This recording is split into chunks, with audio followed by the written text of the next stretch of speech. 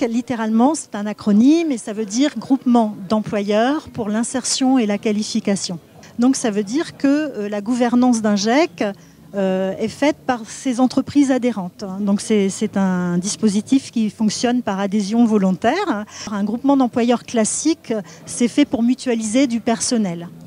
Tandis qu'un GEC, c'est une forme de groupement d'employeurs, mais qui n'a pas la même vocation du tout. Les GEC ont été créés par des entreprises qui avaient des problèmes structurels de recrutement sur leur territoire et surtout des problèmes d'embauche de main-d'œuvre qualifiée. On ne les trouvait pas. D'ailleurs, c'était le grand thème de ce soir. Et pour pouvoir embaucher des personnes de son territoire qui soient en capacité d'être formés par les entreprises, c'est très compliqué. Souvent, quand on s'adresse à des personnes un petit peu plus éloignées de l'emploi, alors quand on parle de demandeurs d'emploi éloignés de l'emploi, c'est des gens qui ont quitté le circuit entreprise depuis plus d'un an, ce sont les jeunes décrocheurs de l'école, ce sont des gens aussi en reconversion professionnelle pour qui c'est un vrai challenge aussi de changer de métier. Le GEC est un employeur à part entière.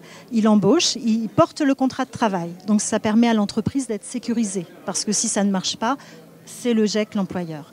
Et il a une triple vocation, ce GEC. Il embauche, il amène des compétences, c'est-à-dire de la formation, au travers les centres de formation du territoire ou autres, et même de la formation interne, c'est possible.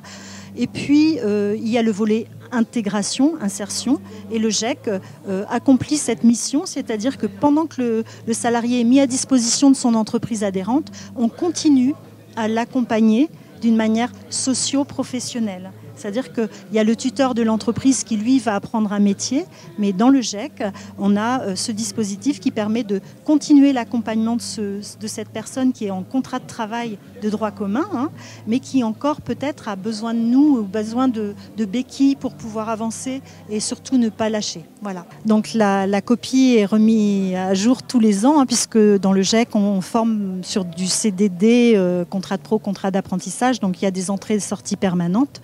Donc d'une année sur l'autre, on ne peut pas savoir exactement combien on aura de salariés. On fait du sur-mesure pour chaque entreprise.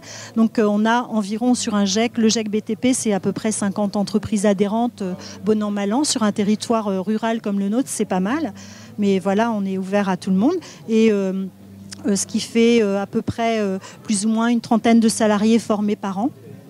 En tout cas pour le GEC BTP. Et le GEC multisectoriel, on espère bien faire la même chose, puisqu'il est beaucoup plus récent. On a 2 ans et demi d'existence seulement. Un GEC est là pour former et pérenniser les emplois. C'est-à-dire que nous, on est le sas entre le monde de l'insertion, les SIAE, ou la personne qui arrive de Pôle emploi, de la mission locale, et l'entreprise. Donc nous, on les garde le temps de les former, de les accompagner, de les sécuriser. Et puis, en principe, l'entreprise les embauche en direct après. Ça, c'est le but d'un GEC, c'est l'emploi pérenne.